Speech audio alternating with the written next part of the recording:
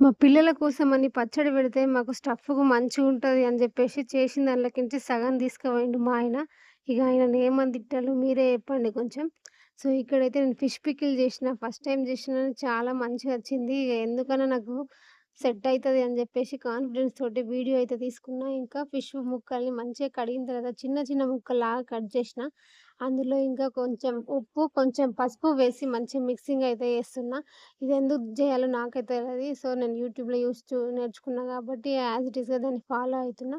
తర్వాతయితే దాన్ని కొంచెం ఒక గంట సేపయితే గాలికి ఆరబెట్టుకోవాలా. వీలైతే ఎండ ఉంటే ఎండకెట్టుకోవాలా. కానీ నేను జేసింది మాత్రం నైట్ గాబట్టి, నైట్ టైమ్‌లో చేసినా గాబట్టి కూలర్ గాలికైతే పెట్టేసినా. ఇగ ఇక్కడైతే ఒక్కొక్క చెంచా అన్నీ గూడా మంచిగా ఏయించుకొని కొంచెం చల్లారబెట్టేసుకున్న పక్కకి పొడి చేసుకోవడానికి. ఇంకా ఇక్కడైతే మంచిగా ఆయిల్ అయితే ఫ్రై చేసుకోవాలి.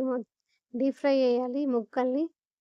సో, ఇవి వేగిస్తే ఇట్లా మనం వేస్తే సౌండ్ రావాలా, అంత మంచిగా అయితే మనం ఫ్రై చేసుకోవాలా.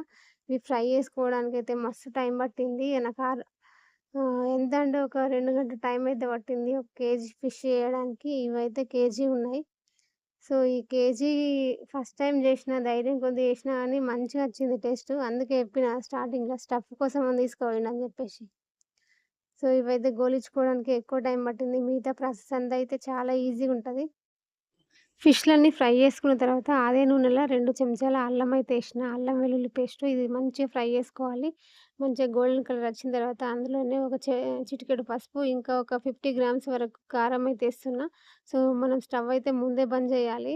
బంద్ చేసిన తర్వాతనే ఏసుకోవాలా. అందులో లేకపోతే కారం అయితే మాడిపోతది. కారం కూడా మంచిగా కలిపి ఇగ కారంకి నాలుగో వంతు ఉప్పైతే వేసుకొని ఈ మసాలా మొత్తం గూడా మనం ఇందాక గోలిచ్చిన ఈ చేప ముక్కలలో కలిపేసిన.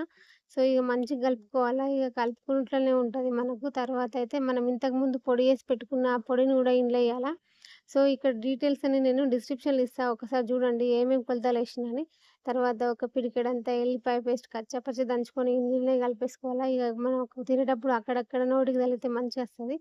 ఇగ మనకైతే వేడి వేడిగా ఫిష్ పచ్చడైతే రెడీ అయిపోయింది. అందుకే టేస్టు చూడంగానే మా ఆయనకైతే స్టఫ్ కొనకసని చెప్పేసి సడెన్‌గా ఒక సగం డబ్బా అయితే తీసుకుపోయిండు. ఇదైతే వీడియో. వీడియో నచ్చితే లైక్ చేసి, షేర్ చేయండి, సబ్స్క్రైబ్ చేసుకోండి. తర్వాత అయ్యో! చెప్పడం మర్చిపోయినా నిమ్మరసం అయితే కంపల్సరీ ఎయ్యాల. ఇది గూడా ఒక 50 ఎంఎల్ వరకు ఏసుకున్నా. ఈ నిమ్మరసం ఏసినా మనకి ముక్కలైతే మంచిగా పుల్ల పుల్లగా, కారం కారం మంచిగా టేస్ట్ అయితే వస్తది. ఈ ఫిష్ అయితే మనం నార్మల్‌గా కర్రీలో అయితే తినకపోవచ్చు కానీ పికిల్ చేస్తే పిల్లలైతే ఇష్టంగా తింటారు. మా పిల్లలకి పికిల్ నచ్చిందో లేదో వాళ్ళు తినేటప్పుడైతే వీడియో తీసి చెప్తా. ఇది ప్రిపేర్ చేయడానికి 2 అవర్స్ పడితే వీడియో అయితే 2 నిమిషాలలో అయిపోయింది. వీడియో నచ్చితే ఒక లైక్ చేసి సపోర్ట్ చేయొచ్చు కదా! ప్లీజ్.